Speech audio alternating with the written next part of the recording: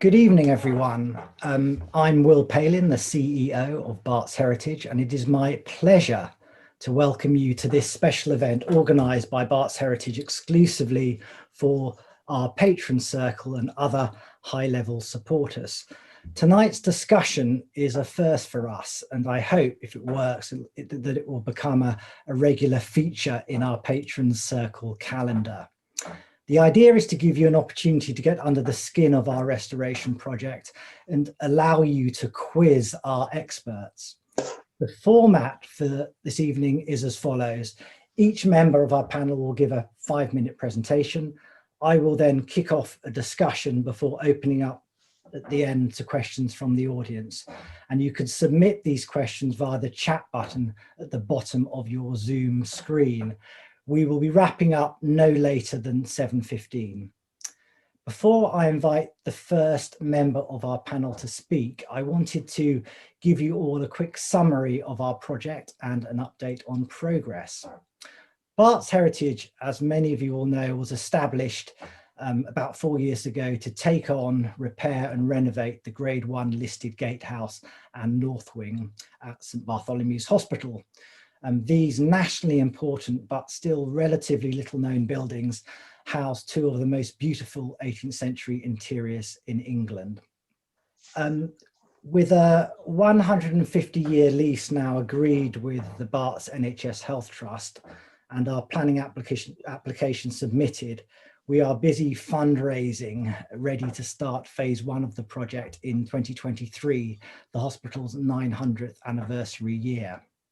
Total costs are about 20 million, but the first phase of works, which will cover the most pressing repairs together with the conservation and re-presentation of the Great Hall and Hogarth Stair, shown in this very handy cutaway view produced by our architects Donald Insall, will be around 10 million, with a sizable chunk of that, we hope, covered by a grant from the National Lottery Heritage Fund.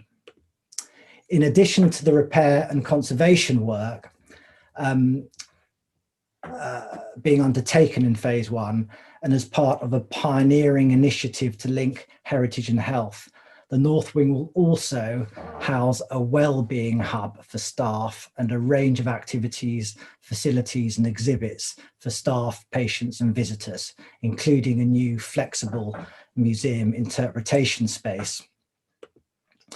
And now a very quick historical introduction. St Bartholomew's Hospital was founded together with the Priory in 1123, that was the reign of Henry I, by a courtier turned penitent monk, Ray Here. Falling ill during a pilgrimage to Rome, Ray Here had a vision to establish a hospital at Smithfield and therein to provide free care for the sick and destitute of London. Once established, his hospital grew and thrived, even surviving the dissolution of the monasteries when it was granted a royal charter by Henry VIII and handed over to the City of London. And on this slide, you'll see on the left-hand side the famous charter window in the Great Hall, a stained glass window that was originally located in an earlier hall on the site, but was inserted into the 18th century building, and it shows Henry VIII flanked by the aldermen of the city and other nobles, and he is presenting the royal charter to Thomas Vicary, a physician and surgeon who was to become the first superintendent of the hospital. Until the late 17th century, the hospital resembled a typical medieval institution with courtyards, cloisters, and its own church, St Bartholomew's the Less. The 18th century, however, saw dramatic change as the governors sought to modernise the hospital in line with European models, spurred on by a newfound national philanthropic zeal as towns and cities in England became more prosperous and architecturally ambitious. The Gatehouse appeared first in 1702, and that heralded an extensive rebuilding project. The architect of the new Barts was James Gibbs. on your right, who joined as a governor, having made his name in London with the churches of St Martin's in the Fields and St Mary le Strand. Gibbs conceived a plan with 4 classical blocks or wings facing a spacious courtyard known as the Square. The administration block, the north wing, was completed by 1734. That's the one you can see at the centre of this view. And the final block, the west wing, was finished in 1761, 7 years after the architect's death. The completed hospital won universal praise for its harmonious design, its restrained, elegant detailing, and the gracefulness of its courtyard space. 3 of Gibbs's original blocks still survive as part of a working, thriving, world-leading modern hospital. Now, as we can't be in the building tonight, I'm going to experiment with a short walk-through film that we've had produced.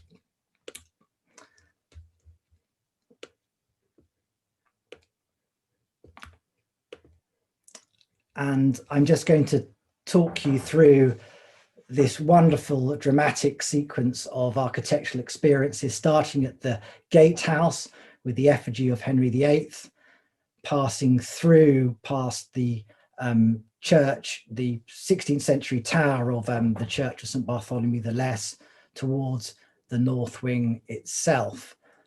And there's another wonderful piece of sort of picturesque urban planning as you pass underneath the north wing itself. Here we're looking back at the church tower and the gatehouse, and then through into the square itself, which for people that don't know Barts, when they stumble upon this, they can't really believe that this tranquil, sophisticated urban space sits in the middle of a bustling modern business district. And here we're looking back at the north wing with the charter window in the center, and to your right, the entrance to the Hogarth Stair, which forms the next great theatrical episode of our exploration of the north wing. And here is the Great Hogarth Stair, featuring those giant canvases painted by William Hogarth, a local boy born and bred in Smithfield, who got wind that the hospital had offered the commission to paint the staircase to an Italian, and he muscled his way to the front and said, no, I'll do it, and I'll do it for nothing. This is my great opportunity. And now into the Great Hall itself. In this film, it's set up for a concert. We have a wonderful partnership with the City Music Foundation, a series of monthly classical concerts, and you can see the equipment being set out for a concert in this film. And the hall itself, of course, covered with the names of thousands of benefactors to the hospital from the 16th century to the early 20th century. And above this flamboyant Baroque ceiling, executed by an Italian called Jean-Baptiste de Micheli. And I think Stephen and Sophie will be talking a bit more about the plasterwork later on. I'm going to stop that film now. And without further ado, I'm going to introduce the first of our expert panel, Tobit Curtis. Now, Tobit I've known for a while because I was involved in a major project at Greenwich, and Tobit was our expert there on helping us understand the environmental conditions of the hall, and that dictated our management of the space and how we responded to it in terms of the controls we implemented to preserve the long-term stability of the wall paintings. Tobit is trained at the Courtauld Institute of Art. He is a fellow of the Society of Antiquaries. He is advisor on wall paintings for the National Trust, and a consultant and research collaborator for Historic England.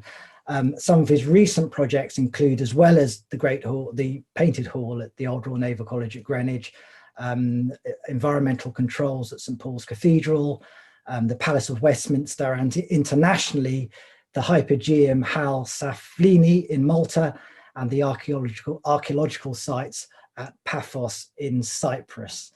Over to you, Tobit. Well, thank you for that. You've thrown everyone in at the deep end. We're going to have to look at the technical stuff before you get to look at the more interesting and artistic stuff with my colleagues Stephen and Sophie later. Now let me just share my screen and we can, I hope everyone see that. Why do we care about this environment thing? Why has it become so important? Forget the environment label. What we're trying to understand is why these paintings have deteriorated, why they're going wrong. All inanimate objects, all works of art, all paintings you see in galleries deteriorate because of the interaction between the things they're made out of, the materials chemistry, if you like, and the air and the environment around them, air, light, heat, all of those things react and they change. When they change at a rate we like, we call it aging, patination, something attractive like that. When they change at a rate we don't like, we call it deterioration. These paintings have changed at a rate we're not entirely comfortable with. The environment in historic buildings is driven from the outside. It's driven from the weather. Air gets in, heat gets in and out. And when things go wrong, these sorts of things happen. I put extreme examples up just to make the point, but on the right-hand side, you've got a panel painting where the panel has been moving and the paint hasn't. And on the left-hand side, a canvas, as we have with the Hogarths. When humidity, when temperature change, the mesh of the canvas changes and shifts. Those of you with long curly hair will know that on a humid day, your hair will curl more, and on a dry day, it will relax. Same with a canvas painting.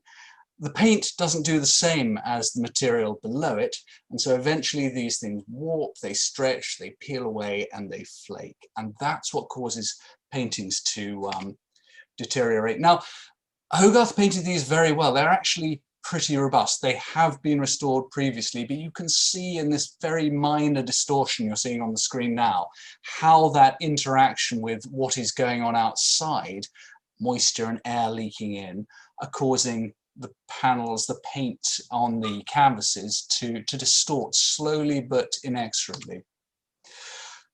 How do we deal with it? Well, first of all, you have water coming in the building. There's a history of failure with water coming in the building and evaporating on the inside. Air leaks in and out. You can see those blue cold areas of air around the door as that leaks in. And heating. We go into these buildings, we want to be comfortable. Heat changes humidity, humidity attacks the canvas moves and the paint flakes off. We put in heat and heat is buoyant, it goes up, so we put much more of it in order to heat us on the ground. And what happens? Well, here we are in that lovely staircase, and you can see all the heat produced at this sort of level is going up and wobbling and bundling across and falling down on those paintings. And every time that happens, they move just that little bit more and start to deteriorate faster. And people, you, everyone who comes in is evaporating moisture. This hour, you're probably all going to give off about 50 grams of moisture into the air. You're all radiating about 100 watts of heat and breathing out CO2. Those of you who have lovely paintings in the room you're sitting in will slowly be causing your paintings to deteriorate just that bit faster. Imagine if there were 400 of you cramming into the hall. You've got to deal with these things quite carefully to avoid the damage. There's pollution as well. You're at the hub of one of the biggest industrial centers of the 19th century. Sulfur dioxide was being pumped out. All of those things which went into the building stayed there. There are residues of all of those materials from the 19th century, even though things are so much better now, which are going to cause our paintings to deteriorate unless we manage them properly. So what do we do? Well, the first thing we need to do is understand, diagnose, really precisely understand what those failure mechanisms are. Then we can go on, we're looking at the microclimate here, the humidity, the temperature, looking at all of the materials, the dust in the air, how it affects the paintings, understand what it is.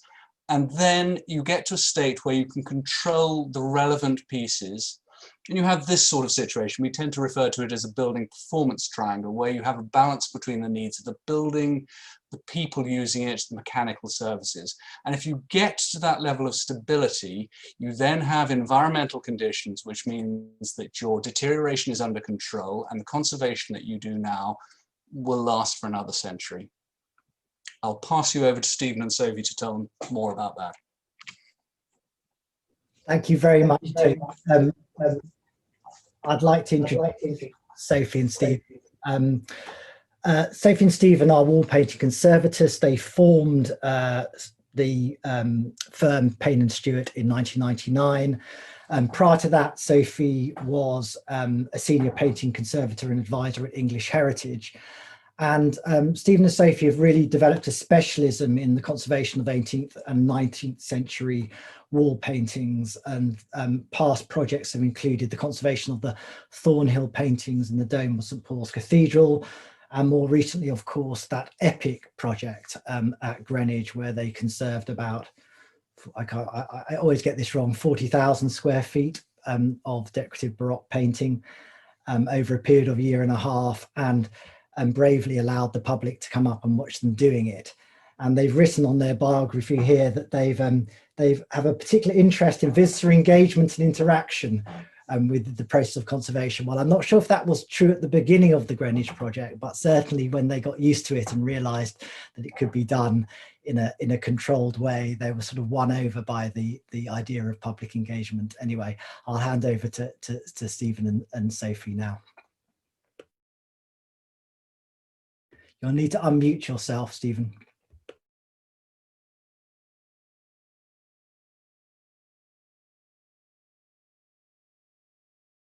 Can you hear me now? Hello. Okay, we're there. We're there. Okay. Thank you, Will, and thank you, Tobit. And so last year we undertook our condition survey of the two main areas of highly significant decoration in the North Wing, which of course includes the magnificent wall paintings by William Hogarth, which adorn the walls of the main staircase, otherwise known as the Hogarth Stair.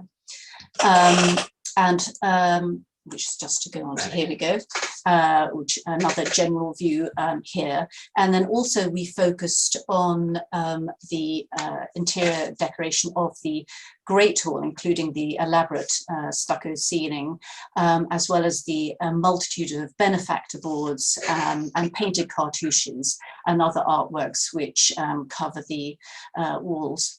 And really the aim of this condition survey was really to collate as much possible information about all aspects, from art, the art history, to the original technique of the all areas, to past interventions, and then looking at the current condition of all areas, really with a view to formulating a solid conservation plan for the long-term preservation of all the areas. And so just to start again with the Hogarth Stair, which of course is adorned with these two very large oil canvas paintings by Hogarth, painted to decorate the grand entrance to the Great Hall of the newly built North Wing.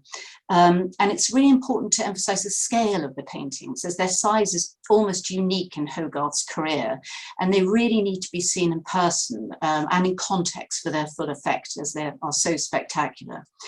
And so here's shown the Pool of Bethesda, which Hogarth painted first, probably in his nearby studio on St Martin's Lane. And the finished work was then hung on the north wall on the 7th of April, 1736. And the subject matter is from the Gospel of St John, and shows the episode when Christ moves among, to quote, a great multitude of impotent folk, of blind, halt and withered, who are congregated around the Pool of Bethesda, where the waters had the powers to heal the first person who entered them after the seasonal visitation of an angel, who's shown above. And then surrounding Christ are figures illustrating startling realistic realizations, representations of a diverse array of ailments, which must reflect some of the illnesses seen at the hospital at that time. And for example, here we see a detail of the painting showing on the left a figure suffering from congenital hyperthyroidism.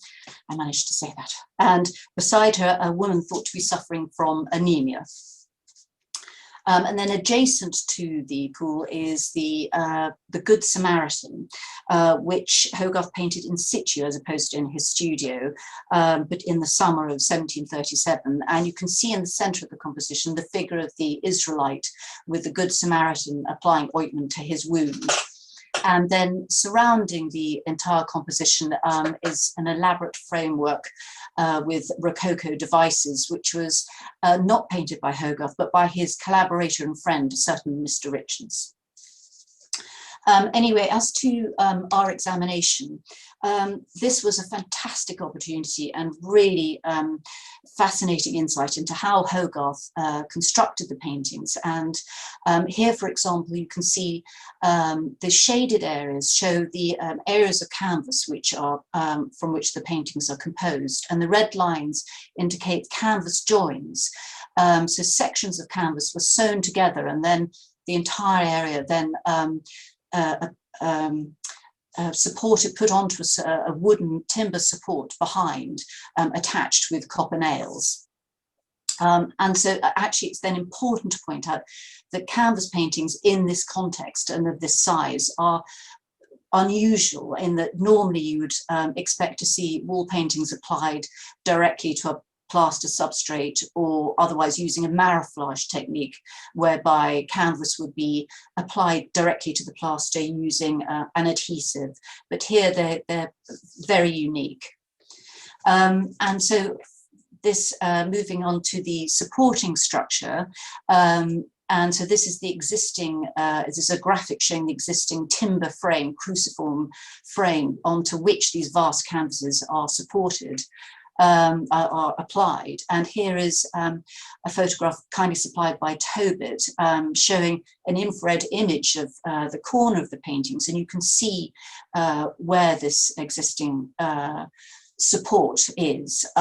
However, on close observation of the surface during the examination, an intriguing detail revealed itself, which, as you can see in the detail of the foot on the right, is a diagonal sort of cut in a little crack in the surface of the paint layer. And these occur everywhere throughout both the paintings. And so after mapping these onto baseline photographs, it was clear that they indicate some form of previous support used to support the canvas paintings, which no longer exists and has been surpassed by the cruciform structure we saw before. So clearly at some point in the painting's history, this very major intervention, which would have involved removing the canvas paintings and repositioning them onto a new support, would have happened, which must have, can be expected to have been highly damaging.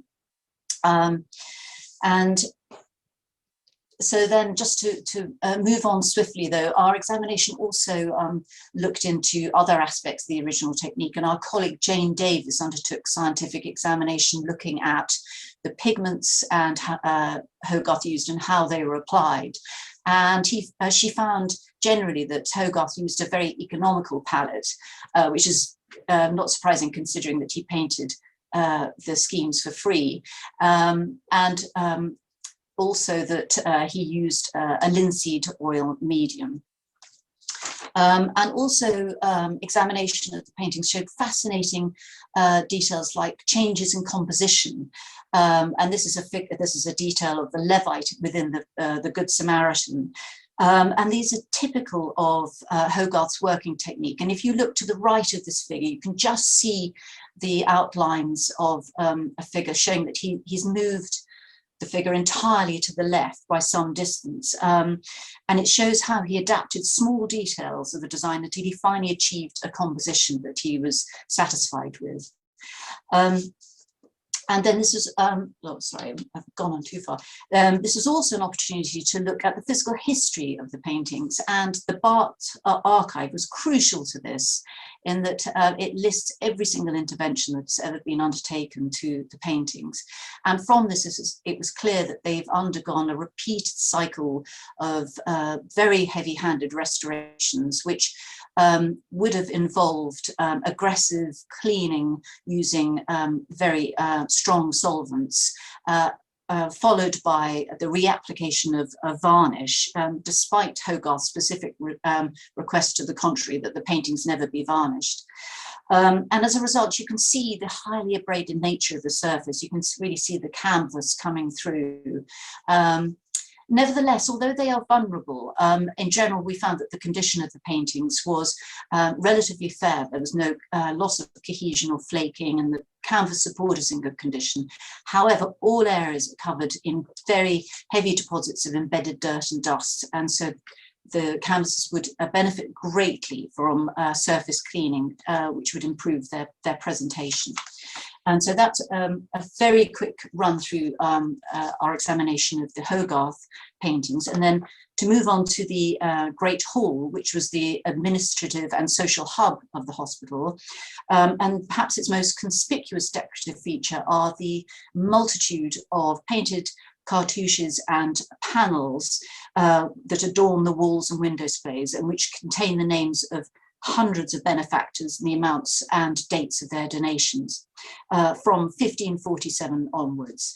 And these were first executed at the bequest of the governors of the hospital, and have continued up until the 20th century. And then also there is the highly elaborate plaster ceiling designed by James Gibbs with its incredible plaster scroll work, which is carried out by the Italian stuccoist Jean-Baptiste San-Michele. And also from documentary records, it's clear that the hall generally has undergone many redecorations, and so would have had many iterations. And in fact, we found one of the earliest ones was a deep olive green colour, so entirely different to what we see today. And that would have been a standard 18th century colour, but it's interesting to visualise the space using that colour.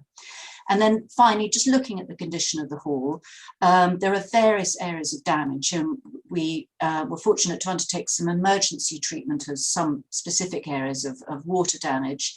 And also there is an extensive flaking of the paint layers in the ceiling, which I think you can see here. And also, like the Hogarth stair, all areas are incredibly dirty and covered in surface dirt and dust. So again, the hall would benefit greatly from a programme of conservation. So that's just a very quick run through, but we hope that this will then inform any future conservation programme. Thank you. Thanks so much, Sophie. Sophie and Stephen have just completed a epic report on both the Hogarth stair and the Great Hall, which sets out all these findings and also begins to explore and think about a methodology for treating the wall surfaces and the paintings as part of the project. And it just shows how much detailed care and investigation goes into a project like this. And I think our view is always, don't touch a beautiful object like the Great Hall or the Hogarth stair until you fully understand it, or understand it as fully as you can before you undertake an intervention. And that is a sort of guiding philosophy, I think, of this project, as with others. Moving on to our next panel member, Jeremy Trotter. Now, Jeremy is the project architect for the North Wing Master Plan. He's an accredited conservation architect at Donald Insall Associates. And Donald Insall, of course, have a long association with St Bartholomew's Hospital, having in past years completed the restoration of the courtyard fountain, repairs to the facade of the Gatehouse, and internal alterations to the East Wing, amongst other projects. So it's my great pleasure to introduce Jeremy. Jeremy is sort of the overarching figure in this team at the moment, bringing together all the different disciplines. And so I'm looking forward to hearing his sort of view from the top, so to speak, on the project. Over to you, Jeremy. Well, thank you very much for the introduction, Will, and inviting me here today. I'll just share my screen and my slides.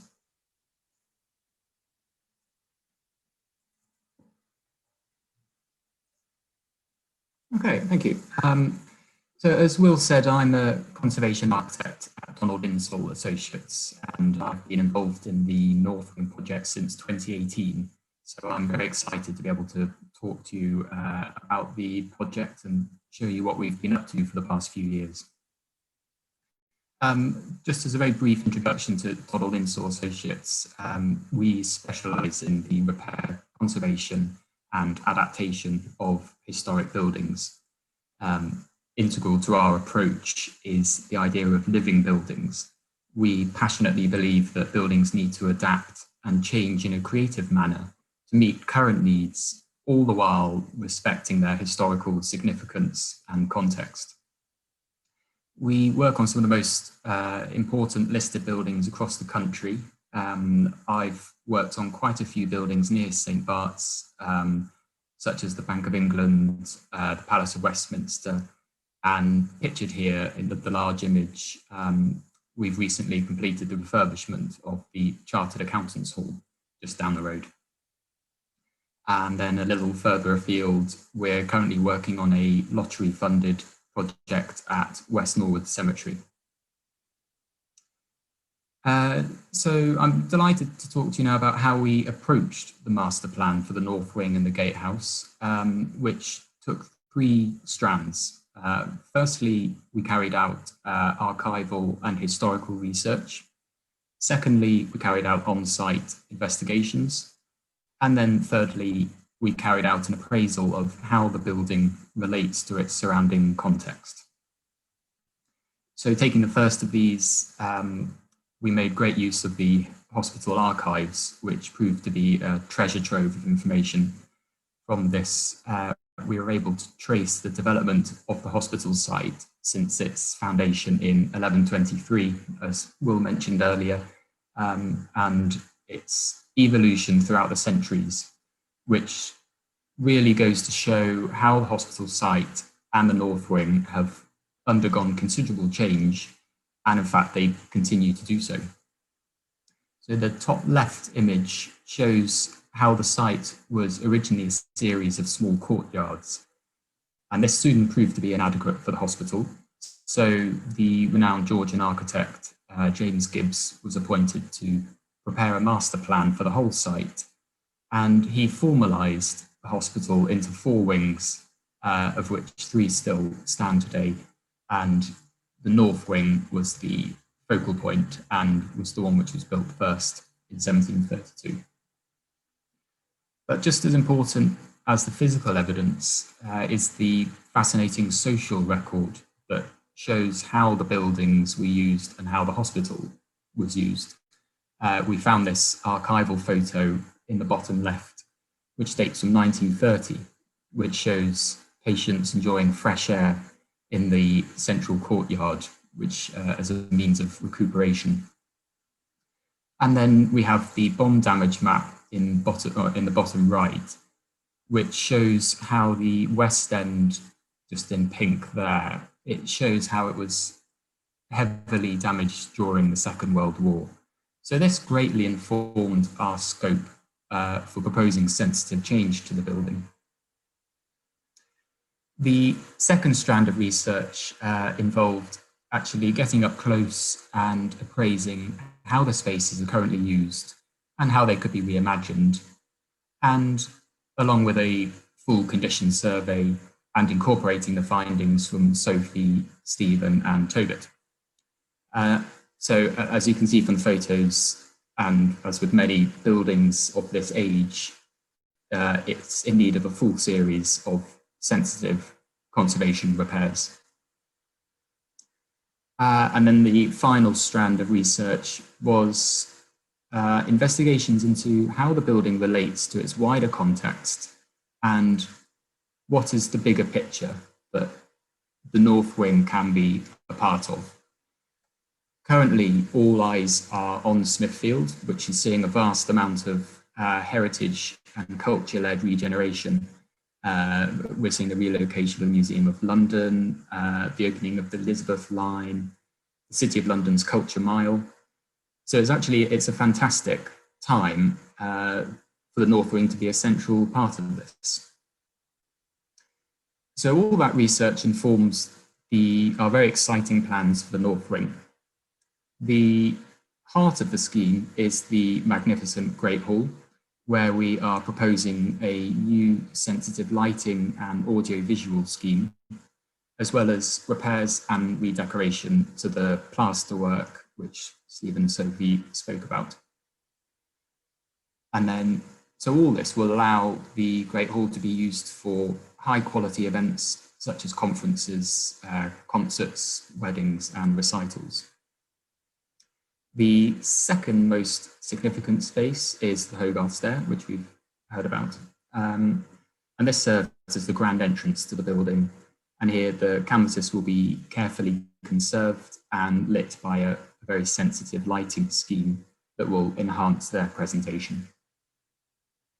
And then the third aspect of the scheme is the provision of new visitor facilities in the West Pavilion, which includes a new museum and exhibition space, as well as providing disabled access into the building and to each floor to really open up the building and make it accessible to everybody.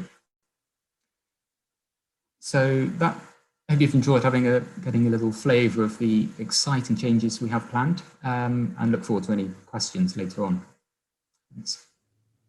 Thank you very much indeed, Jeremy. I'm sure there'll be some questions coming your way shortly. But moving on to our last panel members, Jane Frederick and Chloe Bird. Again, I know Jane and Chloe from other projects, and they are unique team. They focus on something incredibly important, and actually Jane puts it very nicely in the little sort of biography she sent me, which is that she and Chloe are passionate about the power of heritage and collections to connect with people. That's what it's all about. In my view, there's no point undertaking a vast conservation project like this if you can't then make that connection between sorry, that was my son invading.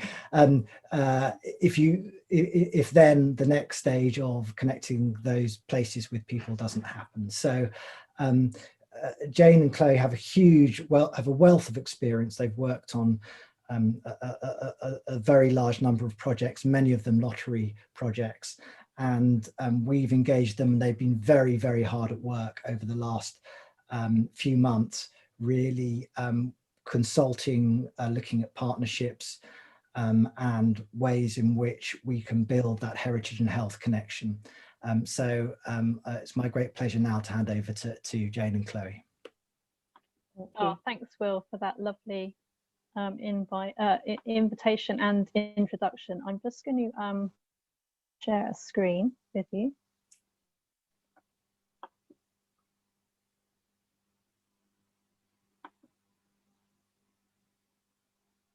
Great, I'm hoping my internet's going to hold up. I'm in rural Dorset. So where do Chloe and I fit into this picture? So sometimes when we're asked to explain what we do, we actually find it a little bit tricky because what we do is quite varied. But I suppose at its very core, it's about helping heritage organisations think about and plan how they're going to involve people in a project. And one of the ways, as Will said, that we do that is developing activity plans, what's called an activity plan for National Lottery Heritage Fund bids.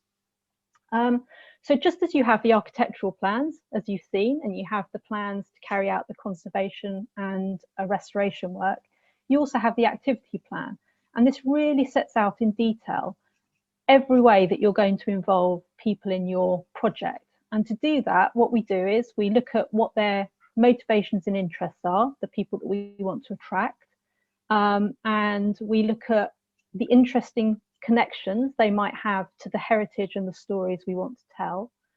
And then we also look at what's stopping them taking part at the moment, And when we've done all of that, we design a program of activity around that to meet their needs. And the types of engagement we look at are really varied. So it's everything from volunteering to learning programs, to exhibitions, it might be skills development opportunities, it might be very targeted work with small groups of people. But pretty much any way that you could think that people could get involved, we've designed into a project at some point. And of course, the great thing about being freelance consultants is that we get to work on some great projects all around the country, really. But really putting people at the heart of those projects. So a few recent projects, just to give you an idea of the range, is it can be big capital transformation projects like the National Portrait Gallery's Inspiring People project, which is happening right now, but is really going to change how they interact with their audiences. Or sometimes we work on acquisition projects. And so recently we were lucky enough to work with the Queen's House in Greenwich on the project to save the Elizabeth I Armada portrait for the nation, which was very exciting.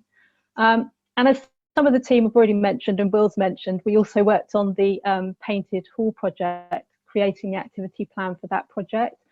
And I think what was extraordinary about that, and I think it was already alluded to earlier, was the focus on giving people a whole variety of ways, whole variety of opportunities for them to get really up close and personal to understand the conservation process in that project. And that was really, really exciting.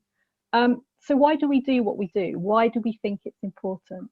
And again, Will's alluded to this. It's because we're passionate about how transformative the effect on people's lives can be when you connect them with heritage stories, collections, the historic built environment. And the work we do plays a really important role in securing heritage for the long term. By building these audiences, what we're doing is creating a pool of people who care about historic spaces, care about collections. And what that does, it makes them feel more connected, it makes them feel a sense of ownership, and it makes them feel responsible for that heritage. And that's really important in terms of long-term sustainability for heritage. Jane, would you pop the next slide on? As if by magic, I'm going to take over. And why we're really excited about working on the Barts project and the North Wing is that it's uniquely placed, both in terms of audiences. So when we're looking at the hospital community, its staff and the almost 300,000 patients that go there a year, but also in relation to the Smithfield regeneration and what that's going to mean in terms of the role the North Wing can play in placemaking and being a witness to the changes in that part of London and a part of that. It means that we have this amazing potential through restoring the North Wing spaces and making them accessible to people to reach a real cross-section of Londoners in a way that other heritage places, maybe it isn't as easy to do that. But I think what's especially interesting is also this sense that we are uniquely placed in terms of setting, an amazing group of historic spaces to explore within a hospital setting gives us this opportunity to purposefully link heritage with health. So yes, they can be a beautiful place to come and see and spend some time, but we can also think about how we can do more than that. We're working on building links with the Staff Wellbeing Hub that Will has mentioned to think about how we can do more. And you can see staff in this picture here enjoying the Great Hall. But we're also looking at how we can work with clinicians within the different departments at St Bartholomew's to look at how heritage can really play an active part in terms of recovery for patients. And on top of that, thinking about how we can enhance outpatients experiences. A lot of outpatients who come to Barts have time in between with nowhere to go. What can we do for those people who've come from across London and the region? What can heritage add to their experience?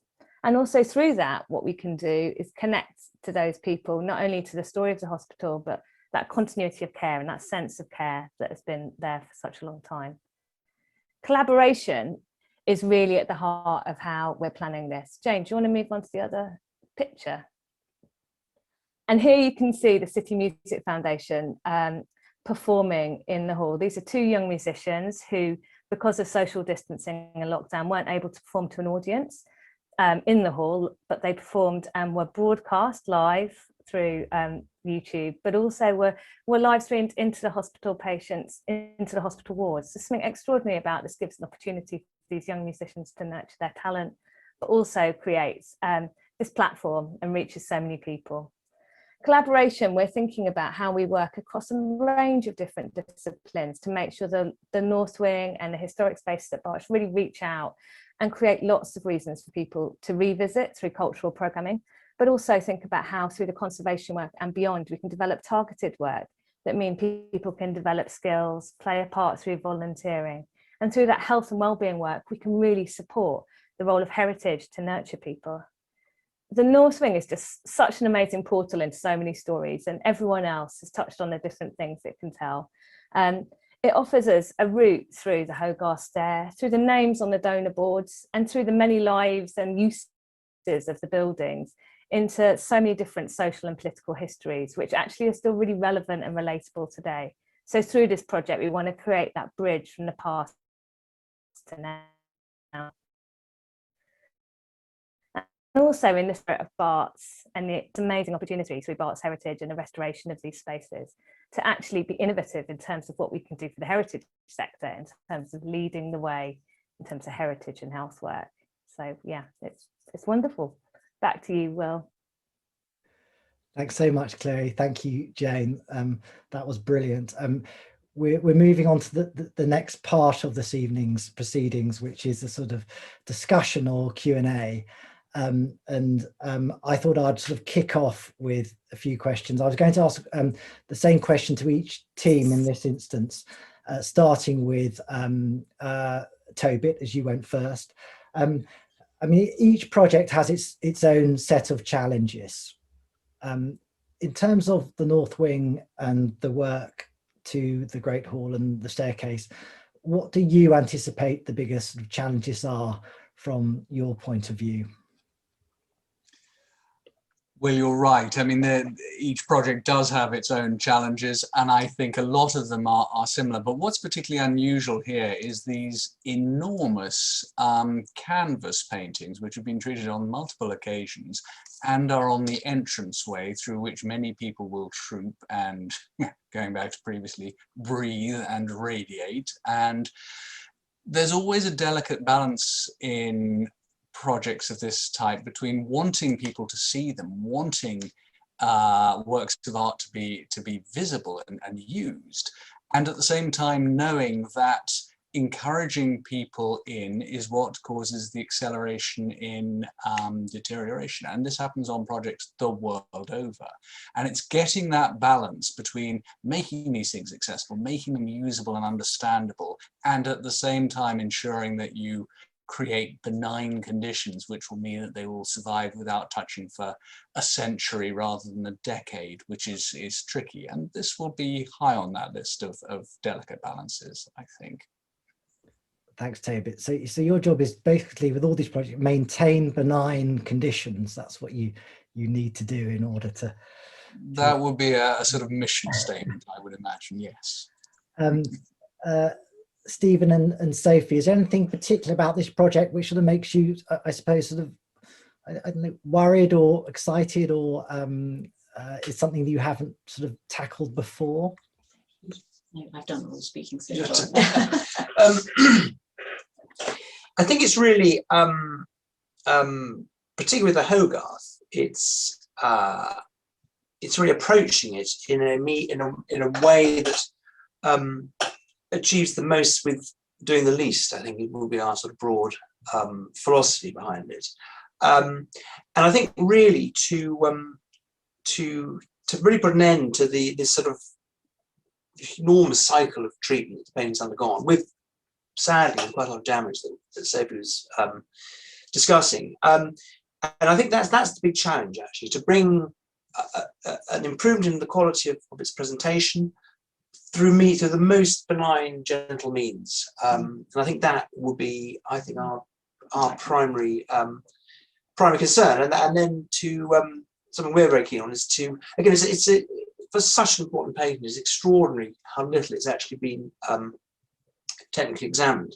So I think we're very much like sort of combine both that very gentle cleaning with some really super high-tech analytical work to really get underneath the skin of this wonderful painting. And also, as Tobit's work is absolutely crucial as well, as Tobit was describing, in formulating preventative and passive measures to really protect the paintings in the long term. So it's going to be a big collaborative effort, I think. Would you not agree, Tobit? Yeah, so that we're all, yeah. It's interesting what you were saying, Stephen, about how little sort of examined and understood the Hogarth paintings at Barts are. I mean, certainly compared to Hogarth's canvases in the National Gallery or elsewhere. Do you think it's because they're part of the architecture? They're not portable. They're not something that can be studied in the gallery or restored on or conserved on an easel. That's meant they've sort of escaped the attention and scrutiny of experts over the centuries. I suppose so, yes. I mean, in one way, it's the sort of institutional nature of the site, I guess. I mean, it's a bit like the Thornhill paintings at Greenwich. You know, they were very largely hidden from general view, partly through the sort of institutional nature of the old Royal Naval College. And I think to some extent at Barts as well, that there was something about just the accessibility that somehow sidelined them to an extraordinary extent. I mean, clearly a detachable, mobile, small painting in a gallery has a huge capability for popularizing, being studied and so on.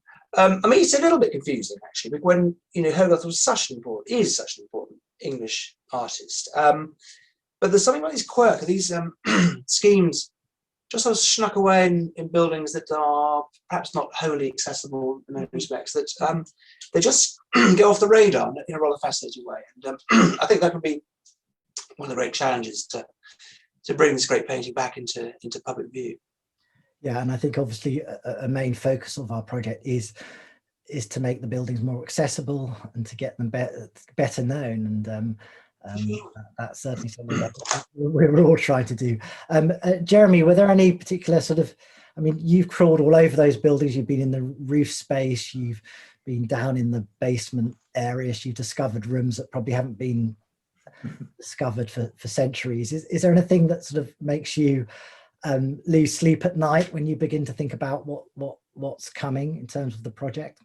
I think one of the biggest challenges will be something we face working on other institutional buildings before, is the fact the North Wing is in the middle of an operational hospital. It's one of the busiest hospitals in London. So when we come to construction,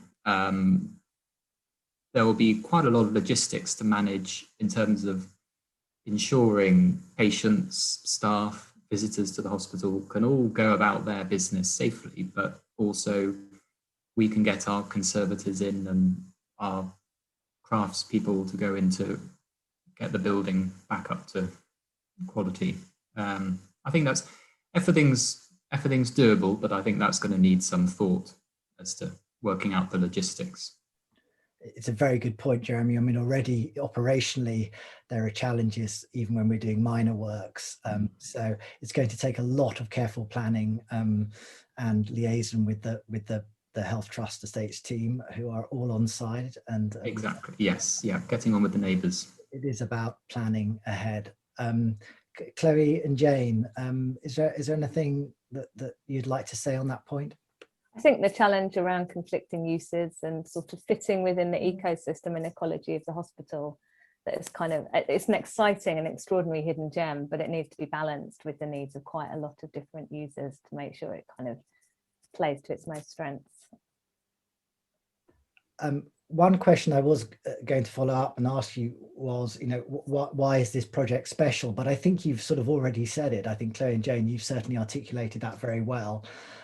So there are some questions popping up from the audience at the moment. So I'll go through them in no particular order. Stephen and Sophie, a question about the ceiling in the Great Hall.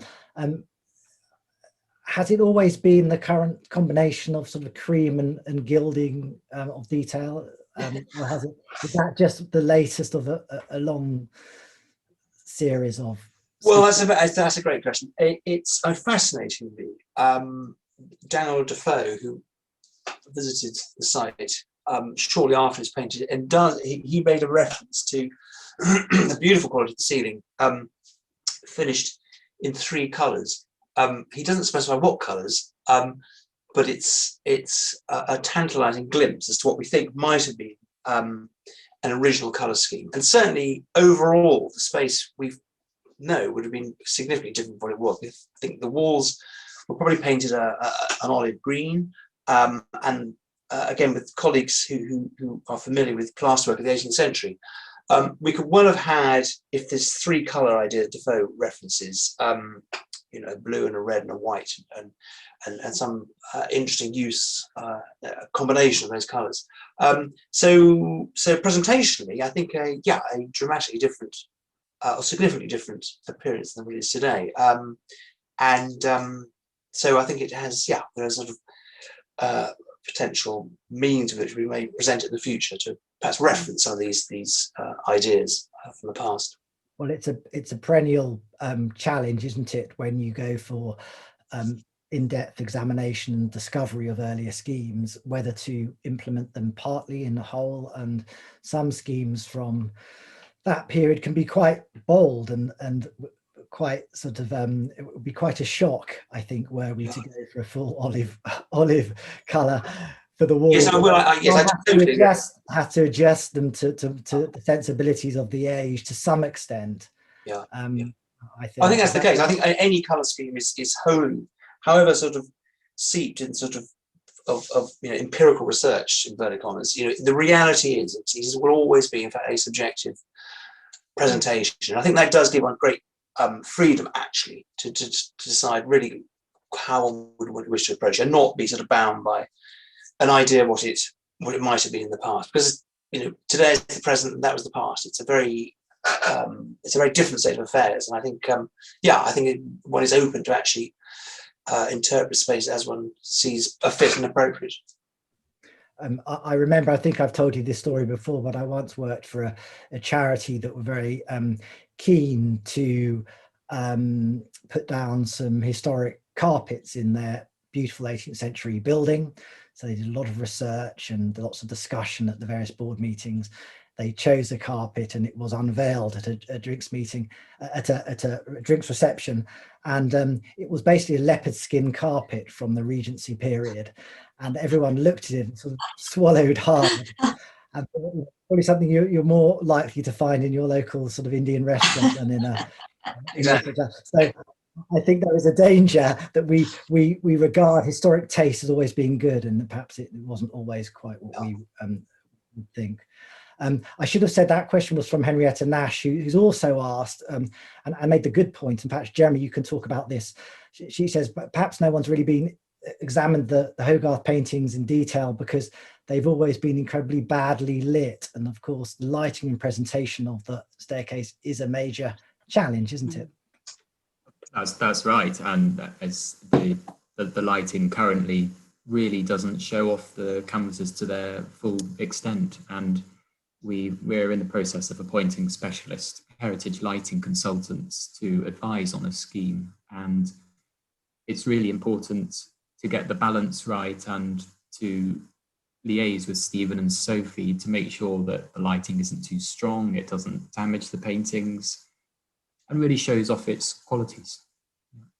There is an advantage, of course, now, because lighting technology has come on leaps and bounds in the last 20 or 30 years, and LED lights, and in terms of the size of the fittings, the safety of them in terms of heat, and also the ability to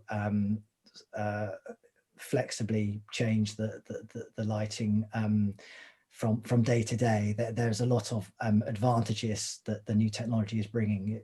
Is that right, Jeremy?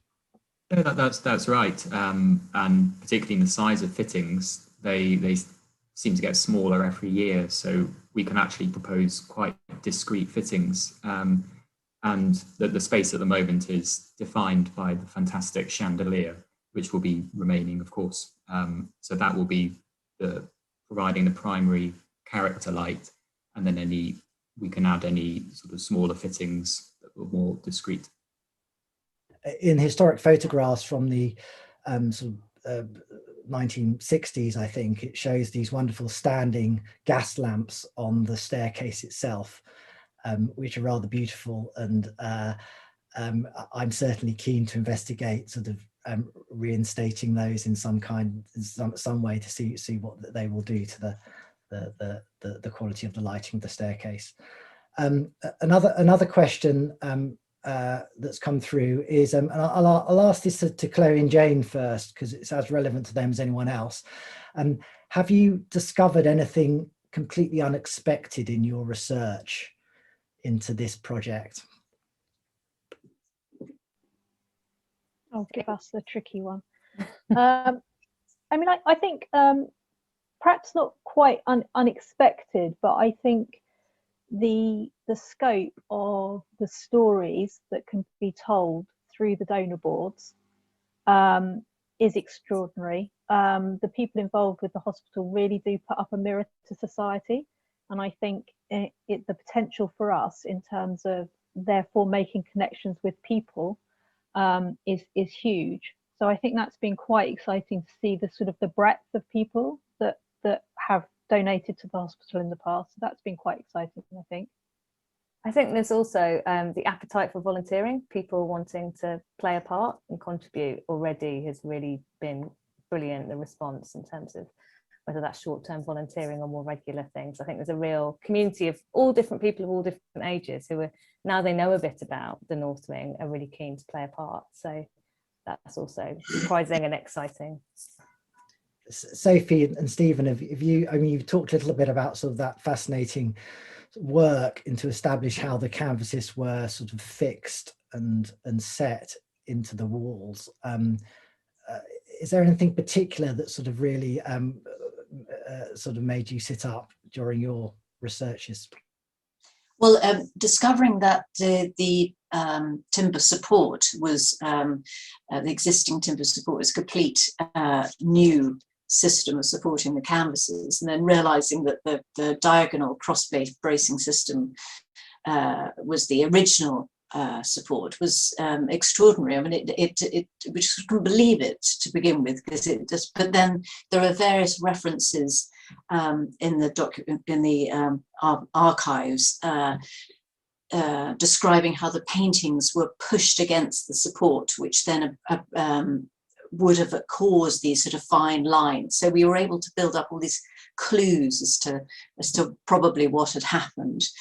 But that was a real sort of surprise, yeah, really. I think for me, one of the really interesting, I mean, it's partly recognised, but it's the one always somehow assumes that, you know, that the sort of the master artist is the man or the individual who would paint the whole scape. But of course, 18th century studio practice very much involved other people actually engaging in the completion of the painting. So in addition to Hogarth's go-to man, Mr. Richards, was also his friend and colleague George Lambert. So Lambert was painting the landscapes, particularly in the Good Samaritan.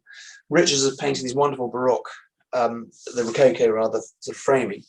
So a sort of collaborative effort, and that is, I think, for a modern eye, that seems rather extraordinary. Actually, somehow it seems to be sort of the superiority of the individual artist, not deferring to other people. But so that's very interesting. And the other fascinating thing is that the first painting that he brought, actually painted off-site, brought it in, is a significantly different to the Good Samaritan painting. So it's a much more worked up piece. You really sort of sense that this was his sort of showpiece, and he really pulled his finger out on that one. And that actually Good Samaritan was whipped up in situ, and quite a, not a slapdash, but a very different technique. I think there's a wonderful insight into the working of this great guy. That's fascinating, Stephen. Jeremy, from your point of view, anything you've discovered that's been particularly surprising? Well, it was actually very interesting doing the historical research in the archives, was uncovering the social evolution and the social significance of the building, and actually learning about how it was used and how its change of use evolved over time. So it was initially built as the administrative heart of the hospital, where the governors met.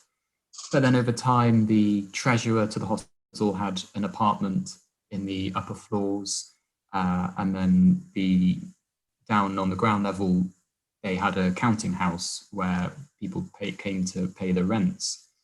And it's that story that you can tease out by the more research you do. And I found it really quite fascinating, actually. And I think there's a lot more still to discover, isn't there, about how the building was used over time. There's still some big questions, and it did function like a sort of, a sort of modern office block in many ways, with different people coming in and doing their thing in different parts of the north wing. But then, of course, there were apartments there too. We've had a question about the little bit of conservation that's already happened in the Great Hall itself. Some plaster repairs undertaken.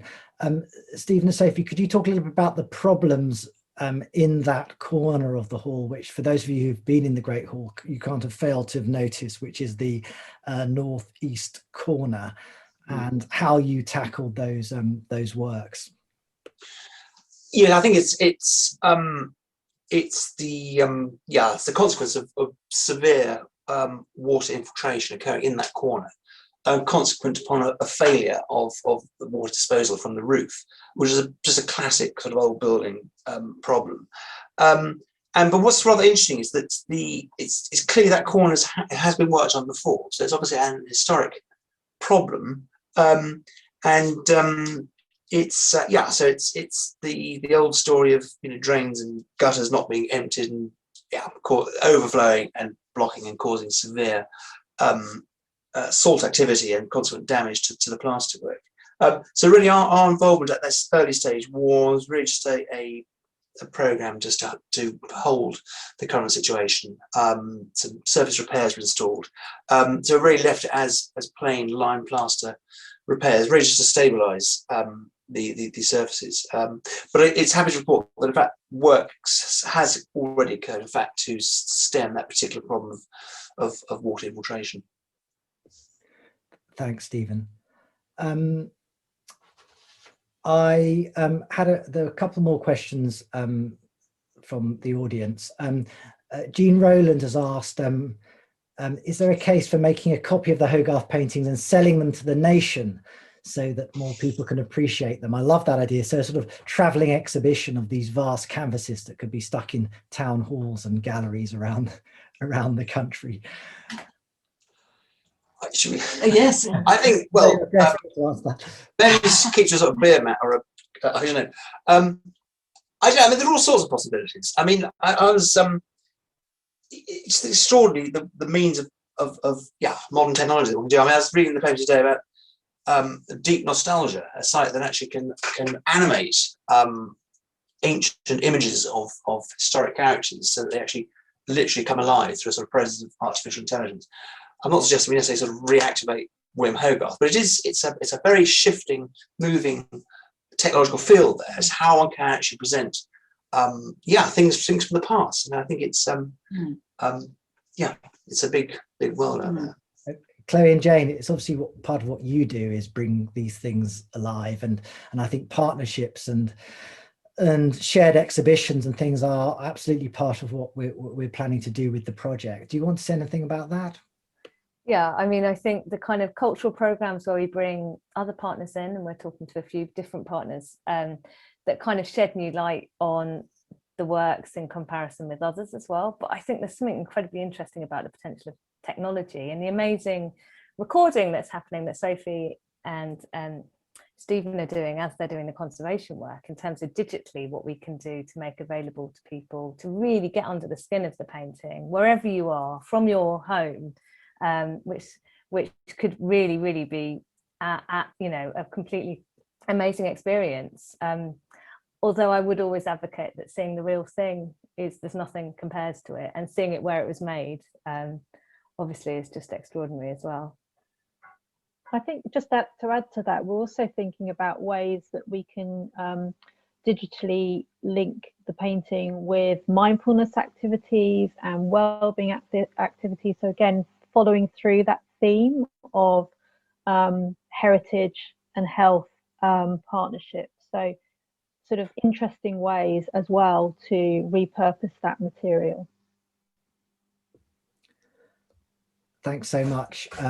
We've had a question from our landlord, Ian Peters, who's the chair of the Health Trust. And he has asked a very good question, and something that comes up in many other projects. And I'm going to ask this to, this is going to be a Tobit sort of Jeremy question.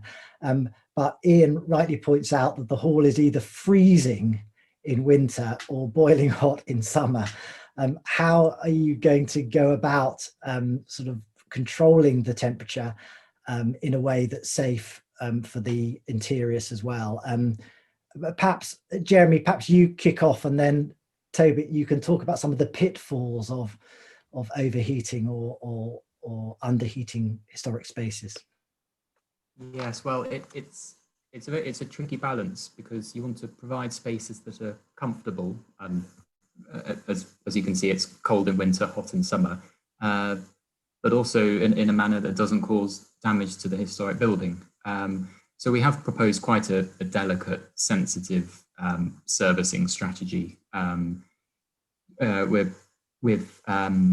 providing small fan cool units within the Great Hall to replace the existing units which are already there below the windows, and they'll be set to very tight tolerances so they don't become overly cold or overly excessive.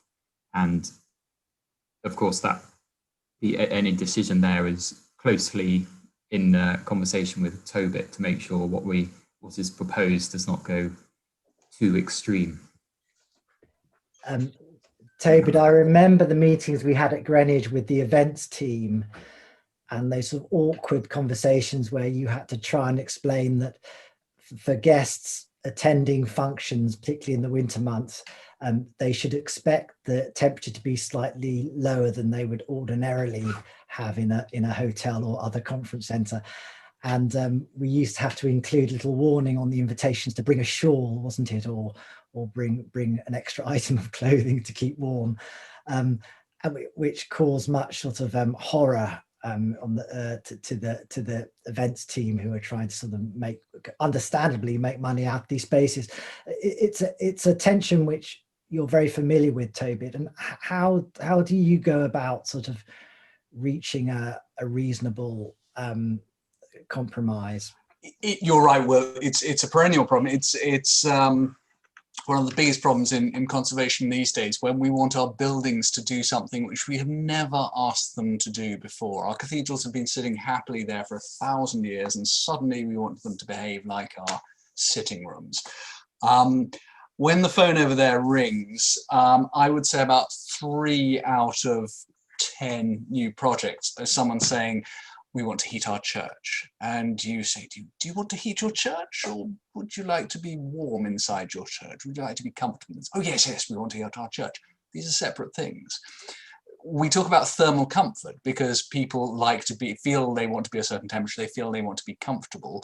It's very different to heating your building. When you, going back to what I was saying earlier about your hair curling and relaxing, and the painting doing the same thing, when you change the temperature, it changes the humidity and it changes the reaction of all of that historic building. So the trick is to get the energy to the people as efficiently as possible without affecting the building. That's also a very sustainable and green thing to do, because you need less energy to do it. And it is a delicate balance.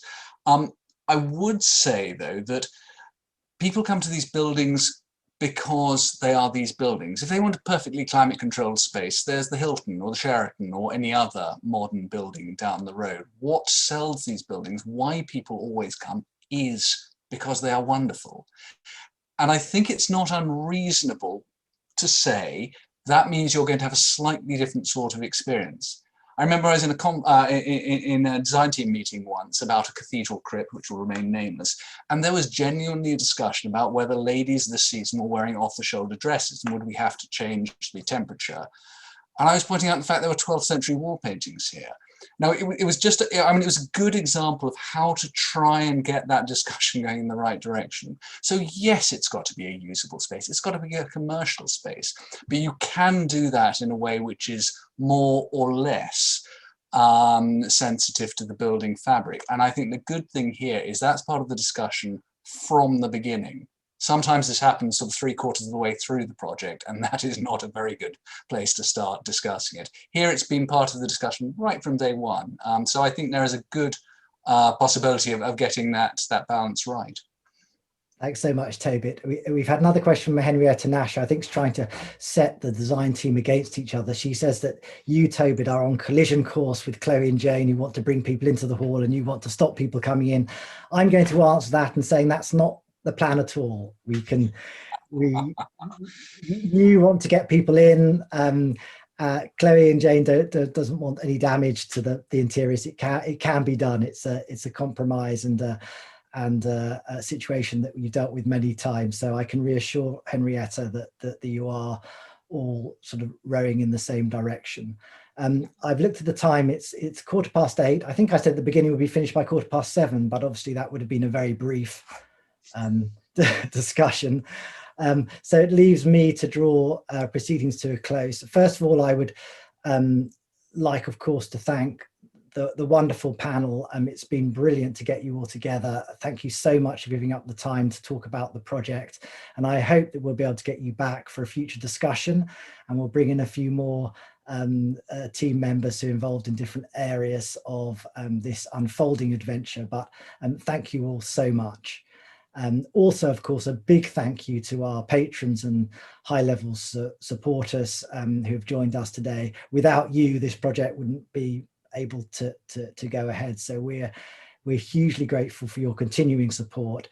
And this webinar will be part of a series of events for exclusively for our patron circle.